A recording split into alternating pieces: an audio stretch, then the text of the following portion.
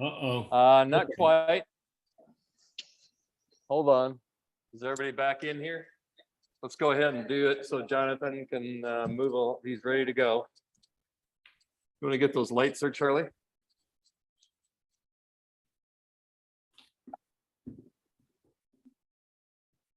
All right, do we, is our sound working?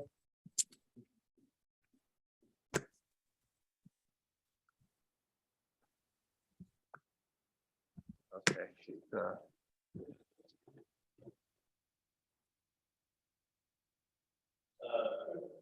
Keep them just apply to me. So there are 4,067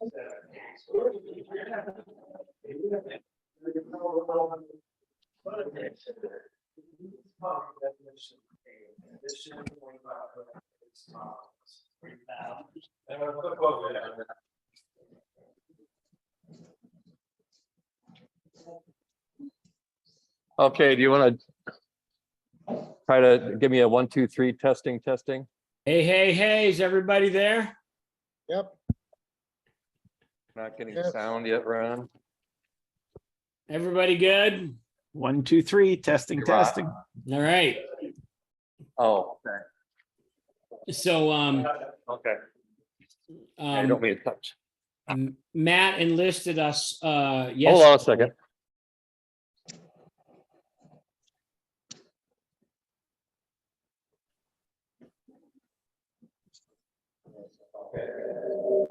Testing. You hear me? Okay. I did.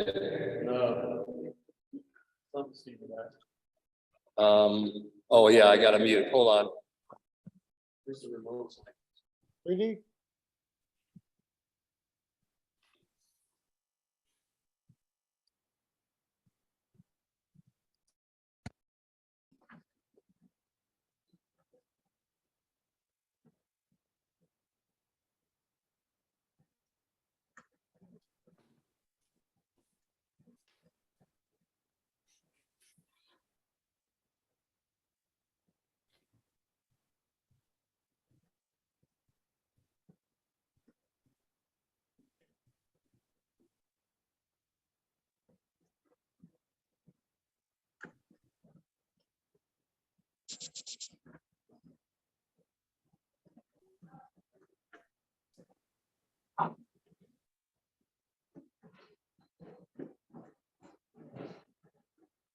Hey, Jonathan. Yes. Okay, proceed, sir. Are we good, everybody? Good. All right. Rock and roll. So, Todd and I are going to be giving you guys a little talk about cave diving. And we just found out about this talk yesterday. So hopefully it'll be cool. There was a very minimal amount of time for prep. So Todd's going to do the initial talking. So I'm going to utilize my index finger to push the advancing button on the slideshow. So Mr. Todd, I turn it over to you, sir. Here we go. Slide 1. Boink. It's not moving. Okay, hang on a second. Wait a minute. There we go. Who we are. So my name's Todd Kelly. I've been scuba diving since 1983, and I've been an NSS CDS certified cave diver since about 1993. I'm one of the cinematographers for the show Jonathan Bird's Blue World, which started on PBS and for which we've won multiple Emmy Awards. We have taken that show about 10 years ago now to YouTube, and it's now a YouTube show, so it's freely available. And among our adventures, we do a lot of shows in the ocean and about marine life, but we also recently have started venturing into cave diving, which has been a long-standing passion of mine and something I helped introduce Jonathan to. And that adventure has taken us beyond just the YouTube realm, and we've started making IMAX films together. And we've recently released a film called Ancient Caves. I'll let you, Jonathan, tell you a little more about the release. Yeah. Go ahead. So yeah, it's a very long story, but in a nutshell, Todd got me interested in cave diving. I got cave certified. We started doing some Blue World episodes on cave diving.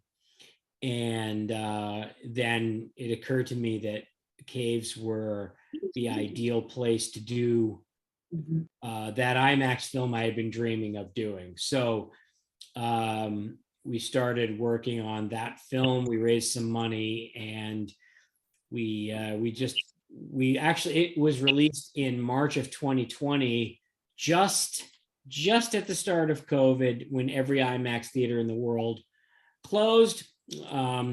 So it's sort of just beginning to roll out in theaters now. And it's a film that took about 4 years. We started it in about 2016 and we finished it in 2020. And it's narrated by Bryan Cranston, famous for his television role in what you call it? Breaking Bad. Breaking Bad. Thank you. Yeah. And Malcolm in the Middle.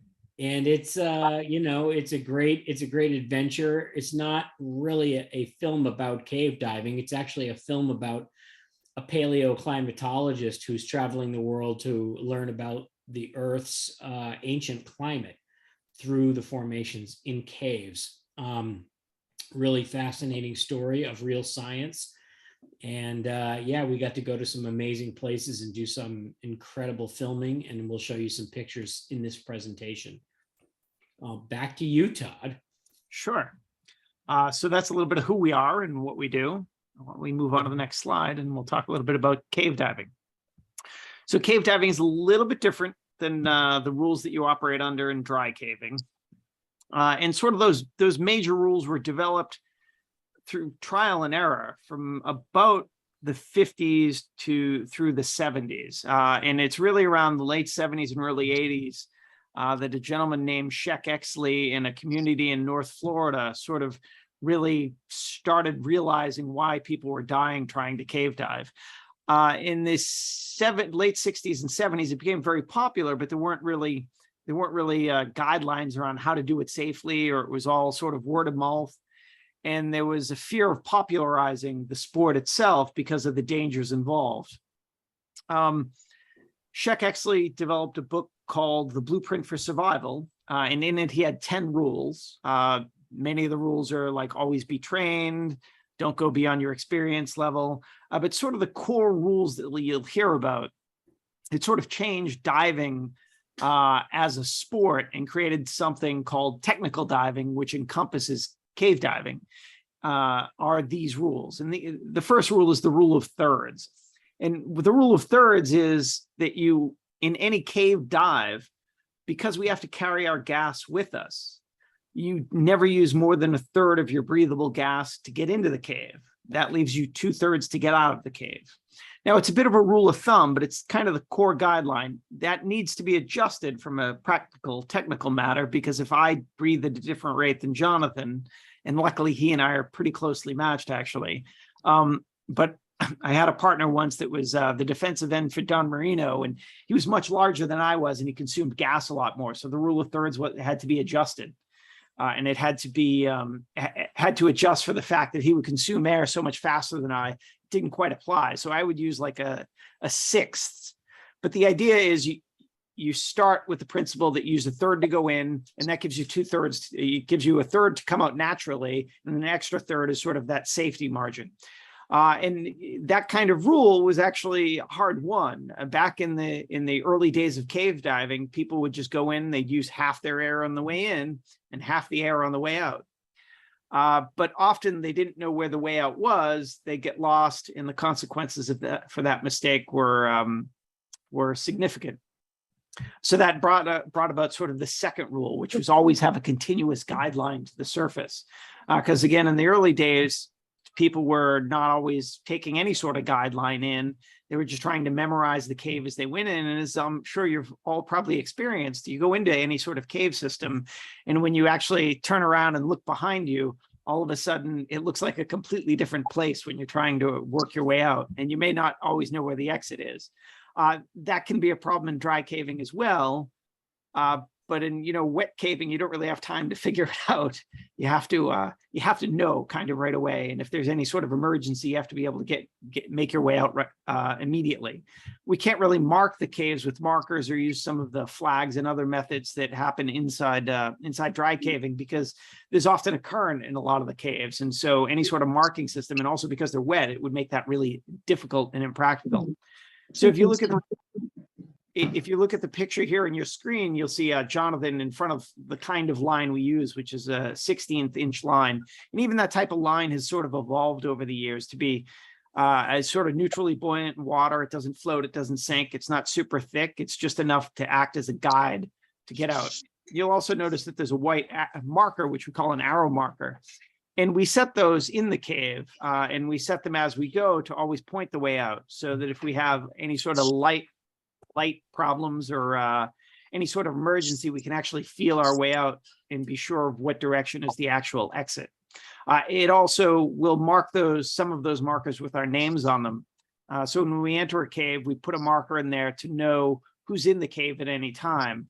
So if we do get separated for any reason or any sort of emergency, we know we take our marker out with us on the way out. And so we know who's still left in the cave. But that leads us to sort of that third major rule, which is the redundancy of systems. Our air supplies are fully redundant. Usually we'll have at least 2 tanks at a minimum. And each of those will be either independent systems, or traditionally they'll be like doubles on your back. And we'll talk a little bit more about that. But we have a minimum of 3 sets of lights for every diver, a minimum of 3 reels that we use. The reels not only to lay down guideline, but if we lose the line in a high silt situation, a lot of sand gets kicked up into the water, or for some reason there's a cave event that causes a lot of silt to come up in the water and you lose sight of the line, you'll have another line that you can tie off to something and use that to do a circular search to find what the main line and ultimately find your way back out. That's where the arrows sort of become particularly important. But that sort of redundant system philosophy also didn't exist in the early days of cave diving.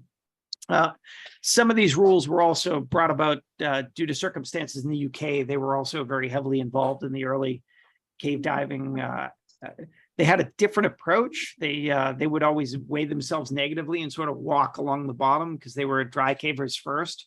So they would just weigh themselves down heavily, grab a couple tanks and just start walking through whatever sump they ran into, trying to get to the next side, hoping that they could get there fast enough and have enough breathable gas remaining. They weren't really equipped to deal with any sort of depth or underwater changes or even really underwater exploration. If you look at like Wookie Hole and some of the caves that were resulted in the early development of cave diving, the water was always very turbid. So that was sort of a different thing, but it did help evolve some of the redundancy rules around cave diving. So those are the major rules that help keep us alive and make for a safe sport today. Now, there's as with dry caving, there's sort of groups in sort of classes, and these are unofficial actually, but there's sort of classifications of cave diving. On the left side here, we have sort of the sport level diver. Those are people like Jonathan and I, where we're not involved in tremendous amounts of exploration by any means. We're basically sport divers. And so we are trained in cave diving. We generally use open circuit, which means we're using the traditional tanks of air that like what Jacques Cousteau developed, and carrying multiples of those with us, sometimes laying some of them along the bottom of the cave as we go. Generally, our depth limit is about 130 feet. And the sort of horizontal limit will be based on how many tanks we take with us. And if we need to go further, we can tank more tanks. We'll breathe each one down a third, and then we'll tie it off to our line, and then we'll continue on and sort of advance through the cave step by step that way. And we generally limit our breathable gas to air or nitrox and maybe some oxygen for decompression. And that's where the sport is. Now, for the sport, you generally go into caves that already have what we call a main line laid into them. So there's a continuous line that's already through some of the major pathways through it. So we're not looking necessarily for new paths to explore. We're just staying sort of within the map and within sort of that main line, which we also often refer to as gold line. Now, the reason we carry some of those extra reels is sometimes there'll be what we call jumps that just lead off to other tunnels. In cave diving, there's usually one main line that goes through sort of the longest path of the cave, and then there might be jumps off into other segments. And so by carrying some additional reels with us, we can tie off to the main line and then make our continuous line by jumping over to that jump line. And that's the vast majority of cave divers today, sort of stay in that sort of sport recreational area. Sort of the next step up from that gets us into sort of the more advanced and technical diving. And I start to define that when you're sort of going beyond scuba potentially, and also using rebreathers. Rebreathers are a technology that sort of recycle the gas for you. So one tank that might last in any underwater environment, maybe as much as an hour, a little less depending on depth. A rebreather with the same equipment can last at a minimum usually 3 to 4 hours, and it can be depth independent because it's just recycling every breath. Has its own problems with it. There's some additional risks. You start generally needing that equipment when you get beyond that 130-foot range up to about the 300-foot range, still considered pretty safe. It's just a more advanced type of diving. And in that range, because the gases like air and oxygen, they have depth limits to them, and they also have some sort of narcotic effects. Nitrogen tends to act very similarly to alcohol. So the sort of the back of the envelope calculation is about every 30 feet that you're underwater breathing nitrogen from air is almost the equivalent of having a drink. So by the time you get down to 130 feet, it's almost as if you had about 4 drinks in you. And by the time you get down to 300, your mind's going to be completely not clear, and it gets particularly dangerous. So we start adding helium to the gas. And by adding helium, it offsets the amount of nitrogen we have, so we don't get that the biological consequences of having too much nitrogen. And you can actually have a very clear head. It takes away pretty much all of that alcoholic effect. It has some other issues, but that expands the diving range, and really has, especially over the last 15 to 20 years, that trimix capability and access to it has opened up the range of caves and diving in general to around 300 feet. One of the penalties you pay is when you start doing these kind of depths and you're going longer and further into a cave system, your decompression starts taking longer. And decompression is, as we breathe these gases under pressure, whether it's air or trimix, it accumulates in your body.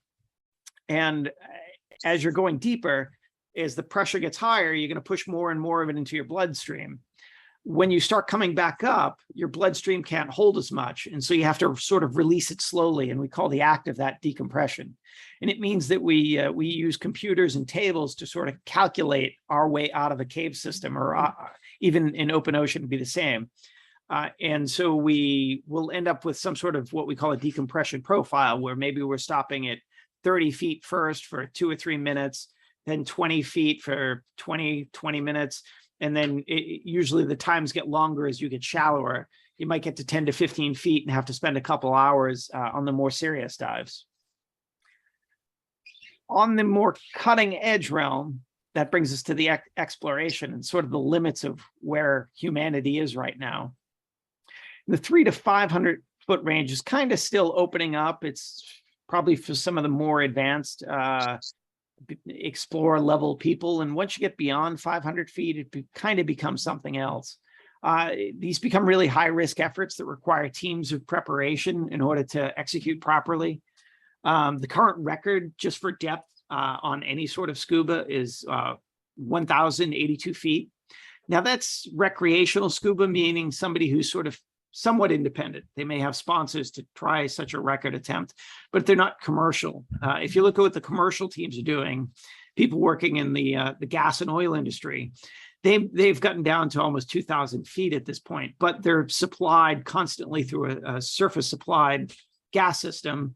They're also having heat pumped down to them, and often they're working in ships that are saturation, what we call saturation vessels. Meaning that they're basically living inside a sub that's pressurized to that exact depth. They might spend 30 days at that depth. That has its own set of dangers, but they've successfully been able to get down to about 2,000 feet and maintain actual human life down there. They start running into different narcotic effects with the trimix gases they use, everything has to be very precisely measured and monitored, because if you're off by like 1%, that's a huge difference at 1,000 feet versus being off, say, 1% in a gas mix at 100 feet. So they run into all sorts of issues. As far as somebody kind of doing it independently in the spirit of exploration and for sport, you get to about 900 to 1,100 feet. Several people have attempted it. I think there have been about 20 attempts, and I think 6 or 7 have been successful. So the survival rate when you start getting from that 900 to world record depths is only about 50%, which is not great. In contrast, however, in the late 60s, the world record depth was about 300 feet, and a lot of people wouldn't survive that. They were only using air. They were only using a single tank of scuba. And so that you can see that the technology has really opened up the exploration limits, particularly in the last, I'd say, 10 to 15 years with the advent of commercially available trimix and rebreathers. So that's kind of like the overview of where our sport is from a technological standpoint. So just some of the contrasts I wanted to bring, talking about cave diving versus traditional caving. When we go in the water, it's usually spring water, and we tend to prefer the warmer, clearer waters, as it makes for better filming. And so when we go into our cave dive, we usually actually come out cleaner on the back end than we did on the way in. It's also a little bit similar to flying. We're not trekking up and down ropes usually. We have done that on occasion for certain types of caves, but a lot of the sport caves, they're actually very easy entry right into the water. We've done some expeditions to Mexico and to Nevada and parts of the US where we have had to rappel into the caves and bring all the equipment down with us. But once you're actually in the underwater section of the cave, it's a lot like flying. We have to be a little concerned with the current and the temperature of the water, because that's going to be another limiting factor. Often we prefer to go into the current, and then the currents will push us out on the way out. So that makes coming out a lot easier. But there isn't a lot of up and down of rope work. So it's a lot less strenuous in that sense. We're also communication challenged compared to dry caving. We'll carry slates with us. You can talk a little bit underwater. It's actually a little easier with a rebreather. But scuba itself is actually pretty loud. The bubbles make a tremendous volume as they expand and hit the ceiling and spread out. Creates a lot of sound in water, and that sound carries pretty far and pretty fast. So we can't just sit there and talk through any problem we have. We have to communicate it mostly using hand signals and just sort of the experience of knowing how each other sort of thinks. Some cave divers will go as far as sign language. We also use the lights to communicate as we get further and further apart. We'll swing our lights, and we have certain circles for okay and other signals that we've developed. One of the major differences is every breath that we plan to take while we're in that environment, we have to carry with us. So again, that comes back to that rule of thirds, but it's just something to think about. It can be a significant stressor if anything starts going wrong, that that the clock is always ticking. And as you plan any sort of expedition, even at the sport level, you have to consider what those limits are, and each person will have their own personal limits. And the goal of every dive is to avoid having to make tough decisions. The currents, I pointed out, they can change, which is one of the factors. In some of the sea caves, especially where they have tidal swings, some caves will pull you in when the tide is coming in and then suck you out as the tide is going out. That can work to your benefit if you're aware that the cave actually does that. So as with dry caving, local knowledge is always best. And what we try to do is find out how the systems operate before we step foot in them, and try to find a local guide that'll help take us through the area when that's possible. But in sort of the most challenging aspect, which I was alluding to in the earlier slide, is the deeper we go vertically, the more complex everything gets. As you go deeper and deeper, you're starting to consume the gas more, which limits the clock and the amount of time you have to solve any problems. You may be having some narcosis effects from the gases that you're breathing, so you have to take that into consideration. And it's going to mean that your decompression obligation is larger on the way out. So even if there is a problem, you deal with it, you get delayed, you still have to make sure you fully plan for such a contingency so that when you get back to the entrance of the cave, you have enough breathable gas to do all the decompression obligation that may have accrued. This is the part where I take over. Yeah, sure. This is your So- turn. So making all of this more complicated is that Todd and I are usually filming when we're doing this. So we're not just swimming through the cave trying to find our way around. We're also trying to make some pretty pictures of it. This is the part that I really love. The cave environment is just really beautiful, and trying to capture it on camera is what I enjoy. So I got cave certified in 2015, and ever since then I've been a little bit kind of infatuated with filming in caves. And of course that turned into an IMAX film, but it's also turned into a number of Blue World episodes, which you can see anytime you like, 24 hours a day on our YouTube channel, and I'll send you the link later. But to talk more about this, when I got certified, I embraced a somewhat newer style of cave diving called side mount. If you imagine the old-fashioned style of wearing like twin tanks on your back like Jacques Cousteau did, that's all fine and dandy for a lot of diving, but in caves, especially caves that are small, the whole idea of wearing your tanks on your sides or side mount has given divers a much lower profile. It's a lot more comfortable, and it allows us to get into tighter spaces. So this is what I hate doing. No, I'm not. I'm just kidding. I don't hate it. I actually love caving. Caving's really cool. But it's funny because we refer to us divers, we refer to these kind of caves as dry caves. And I think it's kind of funny because it's a misnomer. There's no such thing as a dry cave. All the caves are wet. It's just how wet. And to me and Todd, we'd prefer that they be a hell of a lot wetter than this. This is like muddy cave diving when you come out all disgusting. This is one of the shoots we did for Ancient Caves. This is a cave in Minnesota. Hard to believe that they have caves in Minnesota, but they do. And actually some of the research some of the caves that were used to really make the research into the paleoclimate more accurate were these caves in Minnesota that are near the lab at the University of Minnesota. And so these caves were really important in developing this science. So we went to film in these caves, and they're actually really awesome caves. But they are awfully muddy, and I would much prefer to swim through them. This is a cave we filmed in France, Grotte de Gornier, which is an absolutely beautiful dry cave. And again, dry being a misnomer, we were soaking wet when we went through there and when we came out.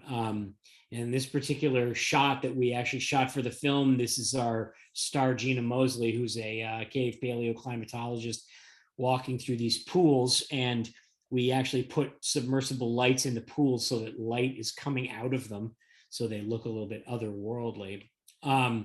This is the way that Todd and I like to go through caves. So this is Todd and Brian K. Cook, who's one of the co-stars of the film Ancient Caves, going through a huge room called the Cascade Room in the Crystal Caves of Abaco in Abaco, Bahamas.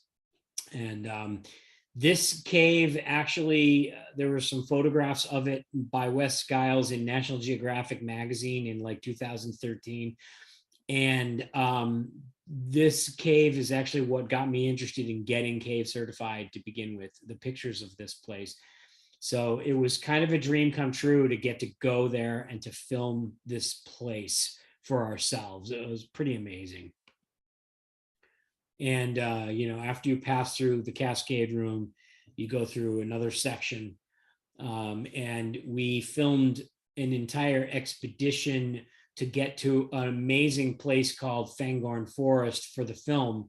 And we went through all these different spots. And it was interesting because to get to Fangorn Forest is quite an adventure on open circuit scuba, which I'm going to talk about in a minute. This is one of the restrictions we have to go through to get there. And this is one of the reasons we do side mount, because when you're in a side mount gear, because the tanks are on your sides and relatively accessible, you can unclip the bottom of a tank and you can flip it around in front of you and then push it through a restriction ahead of you.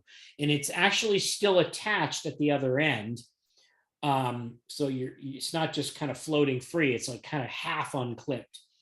And in this is actually Todd going through this restriction, and he's flipped his right tank around, and then he comes through, and his left tank is still connected, but with the right tank flipped around, he can squeeze through this tiny, tiny little restriction. And this is, you can't really tell from this picture, but this is me, and I have actually 5 scuba tanks on. I have 2 on each side and an oxygen bottle in the bottom. And this is the number of scuba tanks it took to get to Fangorn Forest, which was one of the big chutes in ancient caves. And so it's called a double stage dive, because you're carrying 2 tanks that are stages that you're going to drop along the way and then pick up on the way out. And you're carrying 2 tanks that never leave you. And then you're carrying an O2 bottle that's for your decompression. And so 5 scuba tanks to make a 3-hour dive to get more than a half a mile into a cave and out again. And I have to say, I've been diving for 30 years, and this was probably my favorite dive of my entire life. I loved it so much. It was so fun getting to do this adventure with my buddy Todd. And now this picture will give you an idea. This is after the dive. This is me and Todd. We're on oxygen, and we're finishing our deco actually at the surface on pure oxygen before we do any heavy lifting. And all of those tanks that are in front of us are tanks that the 2 of us personally carried in and out of the dive. So this is why they invented rebreathers, so that you don't have to carry this many scuba tanks. But we did this dive on open circuit, and you can go see it in an IMAX theater, and it's pretty awesome. This is a room in that dive on the way to Fangorn Forest called Airplane Hangar. It's just a really, really big room in Crystal Caves of Abaco, and you can see that we have lit the room somewhat. You can see like a little bright spot down here and a little bright spot over here. And what we've actually done is placed some lights behind things. There's a light behind here, light behind here, and then set up for the shot. And this type of a shot takes about 10 or 15 minutes, and we can usually do 2 or 3 of these on each dive. So we have a sequence in the film where we go to Fangorn Forest, and it's about an 8-minute sequence in the film. And that sequence took us approximately 2.5 weeks to shoot, where we shoot 2 dives every day and get 2 to 3 setups on each dive. So it's a very slow process to do these kinds of shots in caves. But the payoff is that we got to go to some of the most beautiful places on the planet, some of the most decorated caves in the world.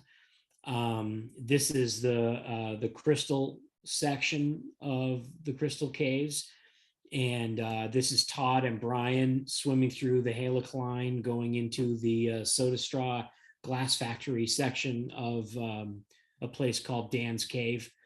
And Brian's on a rebreather, Todd's on open circuit, and I'm on open circuit filming them. And again, you can see that lights have been placed in this scene. So it's not just a matter of shooting them swimming through this. The way it works is we go into the space, We place the lights. There's a lot of hand signals and grunting and yelling involved. And then when the lights are good, everybody gets out of the shot and we wait about 5 to 10 minutes for all the silt to dissipate. And it's mostly silt that comes off the ceiling from our scuba bubbles, not from our fins, because we're really careful to keep our fins up off the bottom. And then once the water has cleared a little bit, we call action, and those guys will swim through the scene maybe 2 or 3 times, and then it'll get silted up again with the bubbles, and then we'll say, okay, good. And we'll go collect the lights and we'll move into the next scene. And in this particular case, this was the next scene. We're moving through a very small section into what's called the glass factory. And in this particular case, Todd and Brian are looking at some formations hanging from the ceiling that Brian calls the crystal roses, which are formations that are extremely rare, sort of were formed when the water was right at the ceiling level, with some crystals sort of growing off sideways. Really amazing stuff. And then this is the frozen rain section, which is one of my favorite places in the world. Just little soda straws. And because of subduction of the floor of the cave, they've in the past at some point they've all broken off, but they didn't fall. They just broke in the middle. And so you've got the top and the bottoms sort of all pointing at each other, just incredibly fragile. I mean, we're looking at stuff that is, it's like glass. It's so fragile and beautiful.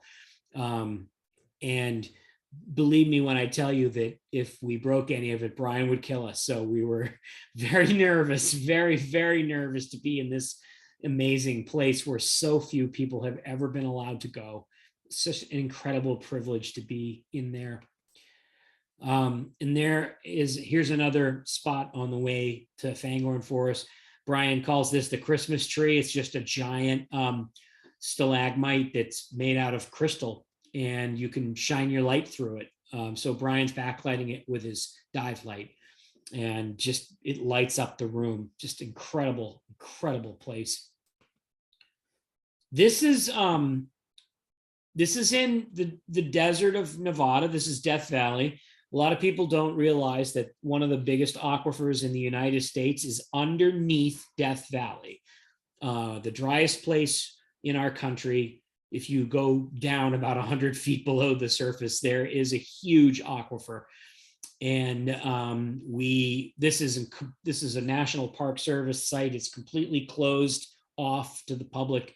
It's locked. It has security cameras on it. And at the time we did this dive, more people had walked on the moon than had been in this cave. And because Gina Mosley, who is in the red shirt there hanging on the line, is the lead scientist on the research project here, we were able to get special permission to dive in this amazing, incredible cave. And Brian K. Cook, who's the guy on the left with the yellow helmet, he went to 300 feet for water samples for research, with Mike Young in the middle with the other yellow helmet, and Todd Kelly here in the back, who hadn't put his helmet on yet in this scene. Those guys were the safety divers that were at different depths waiting for Brian to bring the samples back. And I was the cameraman. So I did not go to 300 feet, not even close.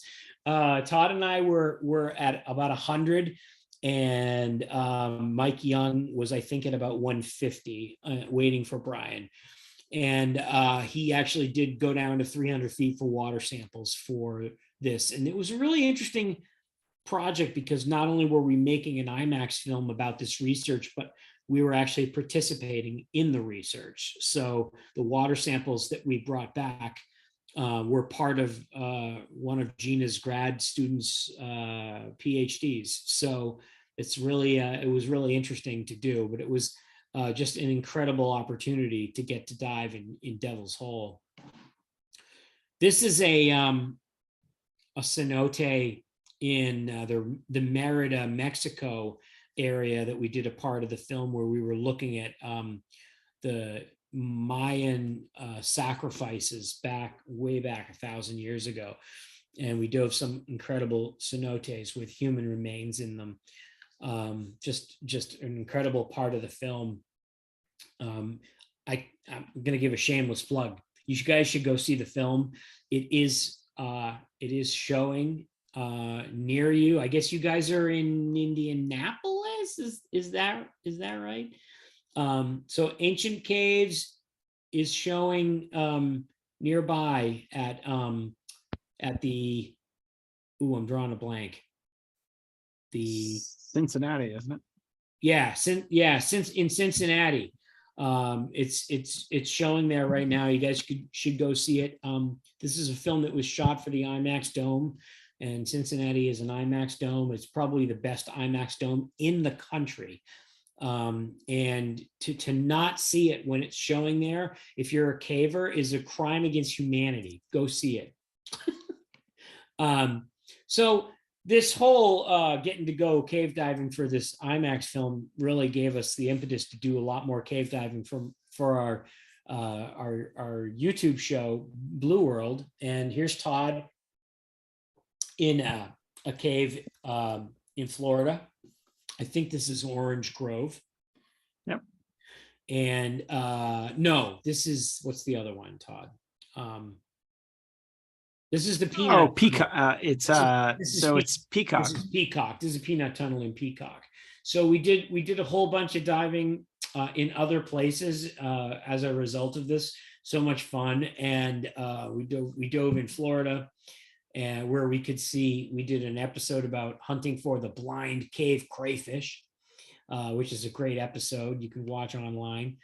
We did some diving in Mariana, Florida, in Merritt's Mill Pond. And this is a tiny little cave that we tried to see how small of a cave we could get through, which is gives a lot of people the heebie-jeebies. But Todd and I had a really good time doing that. We did a Blue World episode about it. This is a really cool cave on Cozumel in Mexico, which is partly filled with salt water and partly fresh water. You can see the halocline at the top of the frame going. Yeah, it's a hole in the bottom of the ocean. It's not near anything. You go to a certain part of the ocean and you look for a 6-foot hole, and poof, there's the cave. No. That was Belize. This is Cozumel. Oh, sorry, Cozumel. This is the one with the crocodiles. Gotcha. Sorry. Yeah. And when you go down, this was an inland, so you go into a cenote in the island, but you go into fresh water, and then you go down into salt water, and you can see the halocline here at the top. And then down in this cave, what makes this cave amazing is that it hosts about 6 or 7 species of cave marine fauna that's not found anywhere else in the world, including some sponges and some sea stars and some amazing stuff. It's a great episode. This is, Todd, help me out. This is the longest cave in the world in Mexico. That's Nahuch. Yeah. Part of that system. Tell them about that. Yeah, so it's about 240 kilometers long of underwater cave. People have been exploring various caves in that area of the Yucatan since about the 70s. And back then there was nothing. Since then, the areas have become massive tourist attractions, and they've realized one after another, they've connected all these caves until they have about 240 kilometers of continuous cave system, all underwater submersible caves. They're absolutely glorious. It's warm water. It's clear crystal spring water. The diving there and the cave systems are just wonderfully decorated and extraordinary to see. There's also some dry, if you're ever down in that area, there's some dry sections to some of the caves. So there's a little bit of exploration at the surface level, and it's really extraordinary. Yeah. Highly recommended. Absolutely amazing. From a cave diving point of view, the caves in Mexico are like a cave diver's dream because they have no current, they are shallow, and they go on forever. and they're crystal clear and they're nice and warm. Like you could not ask for more perfect cave diving. And they're pretty. They're not just these solution tunnels that just run straight. They're highly decorated. Yeah, like as you can see, like around every corner, they're beautiful. So it's no surprise that Mexico is a cave diver's wonderland. And speaking of Mexico, this is a cave we did. It's more of a sinkhole, sort of with an overhang than an actual full cave. So a place where they have these formations known as cave bells, which are formed by, well, it's kind of complicated, but they're formed by bacterial action. And we did an episode on these babies, and they're just these amazing formations that sort of are stalactite-like, but in a very odd way. So it's an interesting episode that we did for Blue World on that. And so, if you're interested to check it out, blueworldtv.com has all of our Blue World episodes. It's also, they all link to YouTube. So it's a YouTube show. It's, YouTube Blue World TV is the name of the channel. And if you want to check out the trailer for our IMAX film, Ancient Caves film, you can see the trailer and you can see the where it's showing and everything. But again, Cincinnati, near everybody, it's showing right now, probably showing for another 6 months in Cincinnati. So if you have a chance to check it out, you should definitely check it out. Does anybody have any questions? Yes, Tony. Tony. I think you're muted. Whoop, he's gone. Whoop, no, wait a minute. Wait. There he is. Yeah, my question, a lot of these caves with all the soda straws and stalactites, it would appear to me that the water level in the country was much lower when they formed. Yep. And since now we're in a different age. Is that correct? Yes, absolutely. In the last ice age, 12 to 15,000 years ago, the sea levels were 300 to 400 feet lower than they are today. Okay. So people, think that we live in a time where everything is constant. And in fact, the Earth's sea levels and temperature have changed dramatically over the years. Right. And it's funny to think you think like 12,000 years is a long time, but in the geologic history of the Earth, 12,000 years is nothing. 12,000 years is like that. And 12,000 years ago, the sea levels being 350 feet lower, and all these caves in the Bahamas and Mexico were dry. And so they were dripping and they were forming their speleothems. And then, of course, the water levels come up, the water table comes up, and everything is now underwater, and all of that stuff stops growing. And that's actually one of the really important scientific points that we look into in ancient caves, is looking at how the Bahamas are a very good indicator of what the climate has done, because the seafloor in the Bahamas is very stable. Unlike other places in the planet, it has stayed constant. And so if the seafloor hasn't moved, then if you track what has happened with water levels, it's not a function of something happening here. It's like this stays and the water levels have moved, and you can look at the speleothems and you can see when they started growing, when they stopped growing, what was going on there. So it's a really important place for looking at ancient climate. Excellent. A wonderful presentation. Thank you. Thank you. Yeah. More questions? Must be more questions.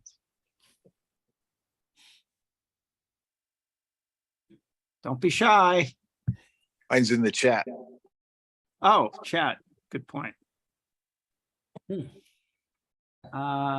Hey guys, thanks for doing this. Have you ever used rebreathers before? If so, where and what benefits, drawbacks are there? So we have both used, it seems like, is that me that needs to mute? We've both used rebreathers before. I'm actively diving an AP Evolution rebreather, and Jonathan used to dive a Draeger maybe 15 years ago or so. The advantage of the rebreather is that it recycles gas. So you can take one tank of gas, like an 80 cubic foot standard scuba cylinder, and get many more hours out of that. You're using very little from that cylinder, using mostly just oxygen, but you're only consuming at a metabolic rate, which is about 1 liter per liter per minute. So it's very efficient. The downside is that you rely on a chemical reaction to clean every breath you take. And every breath that you take depends on the last breath you take.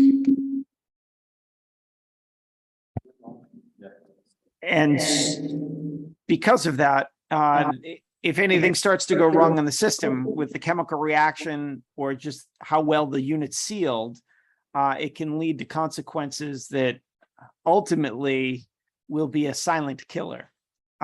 So when they work really well. When they don't work, you tend not to know, and it becomes very destructive very quickly.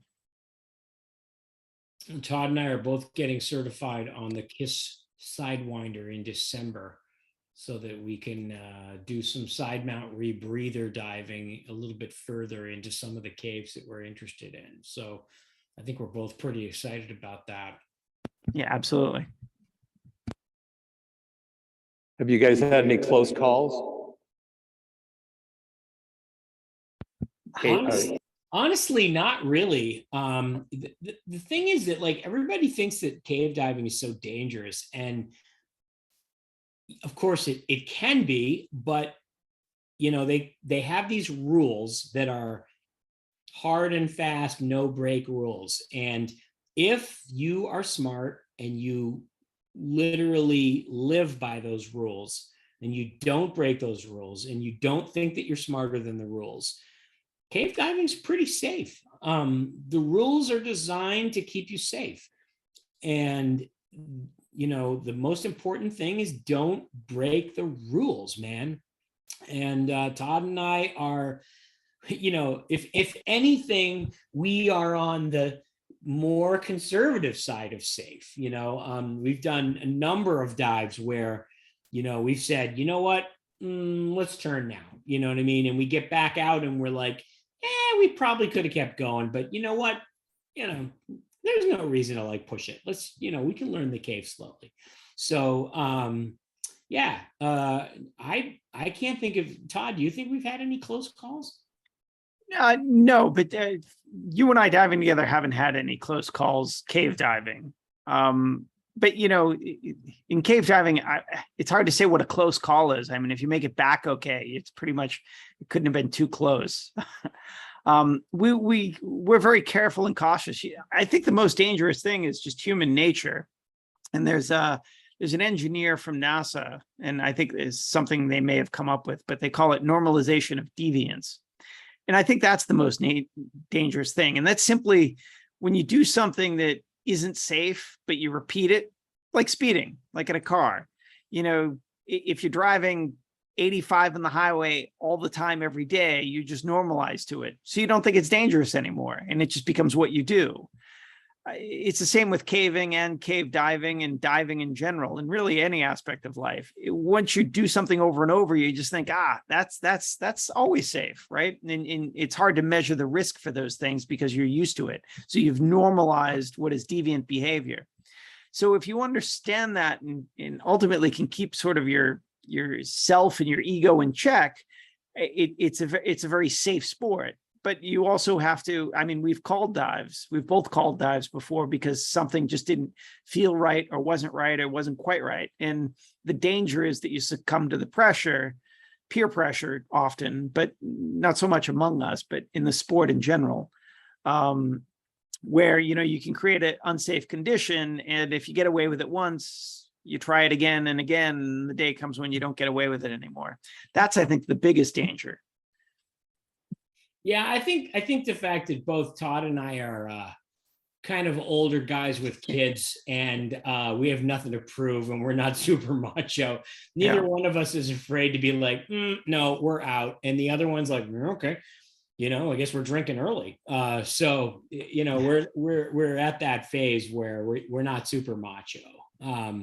But that's one of the golden rules of cave diving, is that anybody can call the dive at any time for any reason, and nobody's allowed to give that person shit about it. So we live by that rule for sure.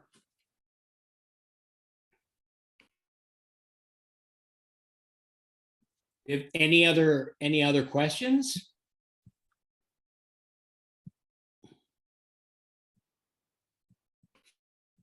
I have a question. Oh, go ahead. How much of a risk is, like when I read stories about cave divers getting into trouble, a lot of it, one of the big themes is loss of visibility, like somebody touches the ground and it turns into just a mud puddle or something. How do you protect against that?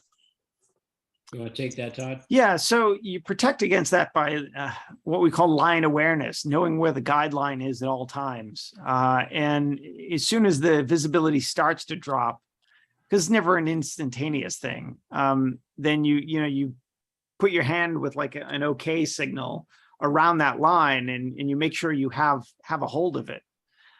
If you were to lose the line in that situation, this is one of the reasons we carry a minimum of 3 reels. We'd grab one of those, what we call safety reels, which is a slightly smaller reel. We'd tie off to anything we could, and then we'd start doing a search to find that line. Because if you don't know the way out, you're not going to have a good day. It gets very dangerous very quickly. Now, the upside is that the sort of low visibility situations in the areas that we dive tend to be pretty low or temporary. Like down in Florida, you can reduce the visibility pretty quickly, but the current, there's usually enough current to carry it away, or the silt itself is heavy enough that it settles out pretty quickly. And often just moving away from where the problem is can sort of solve the problem, can sort of solve it. You just have to make sure that you've at least found the line so that you can move out of the sort of dusty cloud area. Otherwise, you won't know in which direction you need to head to find the way out. The thing is that we tend to avoid like really, really silty caves. Like we were looking at doing a cave dive in Merritt's Mill that was super, super silty. And we were just like, no, that's too silty. And for the most part, though, in an average cave, even though, yes, you could silt it up very easily if you were not careful, everybody that cave dives these days is super, super aware of that possibility. And we all frog kick and we stay off the bottom. And we're just incredibly, incredibly aware of the possibility that silt can come up if you're not careful. And honestly, nobody wants to be the doofus that kicks it up. Nobody wants to be that guy. And so we're all really, really careful about that kind of thing. And so in my experience, like at least diving with Todd, we haven't really had much of a problem with that. Most of the silt that we experience is the stuff you can't do much about, which is your bubbles hitting the ceiling. The other thing to keep in mind is we're filmmakers. So where caves have no visibility, like I know up where you guys are, there are some sumps and such, but they tend to be cold water and they tend to be so silty that it's not something we can film. So we tend not to hit those areas too hard. But if you've been in the sort of what we call silt out situations or no visibility situations, I personally, and I think Jonathan as well, we find it kind of calming because, as long as you know where the line is, there really isn't anything to be worried about. You just have to work your way slowly out. And when we train, as part of cave training, you do have to find your way out of a cave completely blind. They'll throw a hood over you, or there'll be no lights, or a combination of that. And so it's something that we have trained for. And every time I'm in a blind situation, I actually find it pretty calming and kind of chill. Yeah, I kind of agree with that. Like it's the training was such that, we don't really panic with that stuff. There's a question here: is there actually an underwater IMAX camera? So, well, yeah, we didn't talk about that. back back in the day, IMAX was shot only with 70mm motion picture film. And we never could have made the film Ancient Caves with one of those cameras because the camera physically would not fit through most of the passages we had to go through to film that film. It was probably only about 2017 when the technology became such that digital cameras were high enough quality to shoot IMAX movies that we could have a camera system small enough to get into these caves. So we shot most of Ancient Caves with a red 8K camera, which is to say 8K is twice the resolution in both directions as 4K, which is twice the resolution in both directions as HD. So it's 16 times the number of pixels as HD. And that is enough to shoot IMAX. And because we had that camera available to us, that camera is $50,000. When you put it in the housing, that's another $25,000. Then there's the lights. We're basically working with about $100,000 camera system, but we could hand carry enough lights, battery powered lights, and a camera to shoot and light up those rooms. Now, to put that in perspective, about 15 years ago, McGillivray Freeman did a film called Journey into Amazing Caves, and they had an underwater sequence that was shot in Mexico, and it was shot with film. And in order to shoot the scene underwater, they had to drill holes through the rock from the surface down into the room they were going to film and lower power cables for surface supplied lighting and fire up HMI lights in order to get enough light to shoot that. And so, of course, they couldn't shoot anywhere a half a mile from the entrance. They had to shoot someplace where they knew exactly where the room was. And it was very, very limiting.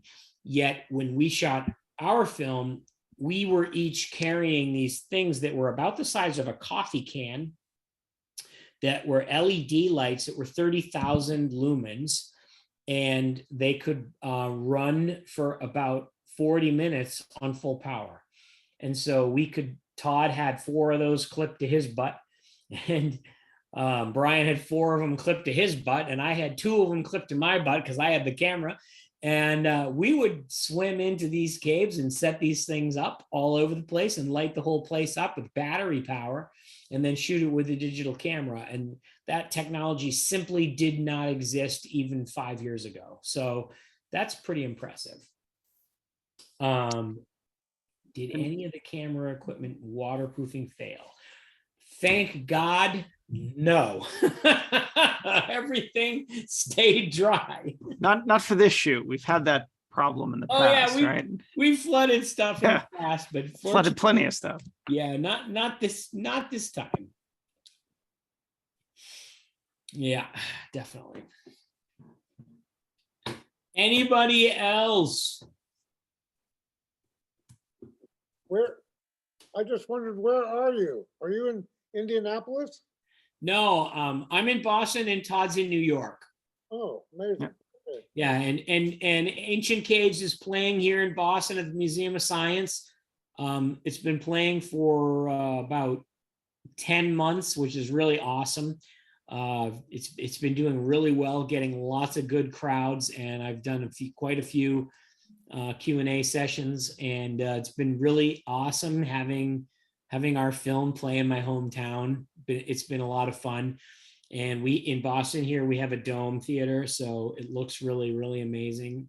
I can't emphasize enough how much you guys got to go see it in Cincinnati on the dome. It looks so good on the dome. It was shot for the dome, and it's just like being in the cave. It really is. If you ever want to know what it's like to go cave diving, you got to go see it while it's still playing. It's really cool. Well, I think I will. That's the American Cave is in Cincinnati. What's that? Which one is showing in Cincinnati? Ancient Caves. Our IMAX film. It's showing at the museum of, I forget what the museum is called in Cincinnati. Museum of Natural History or the Museum of, but the Let's Science see if I can find Museum. it. I'll find it. The ancient cave. Ancient caves. Ancient caves. You'll enjoy it. I promise. Okay, I think it's Cincinnati Museum Center. And I just wanted to say thank you guys for doing this. This was really, really terrific. I'm glad Thanks. we could swing in at the last minute and have some fun with you guys. yeah, we're mostly muddy water where you hold your breath and try to get under a ledge. Nothing like the quality of diving you have. The clear water, it's beautiful. We don't have that here. Yeah, you got to go someplace somewhat warmer.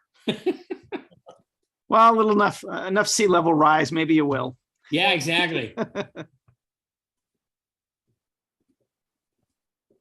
All right, everybody. Well, thank you so much. Great. Thank Thank you very much. Excellent. Thank you guys. It's on now, probably, right? Okay. So thanks a lot. I really appreciate that, guys. All right, we'll talk to you guys Thanks. later. Okay. Take care. Thanks. Bye. So one more thing that we forgot earlier that I want to catch before we get out here, October 29th, put it on your calendar. That's going to be the BIG, CIG Halloween party down at the Buckner Preserve down there. So we did that last couple years. It's a great, it's a lot of fun.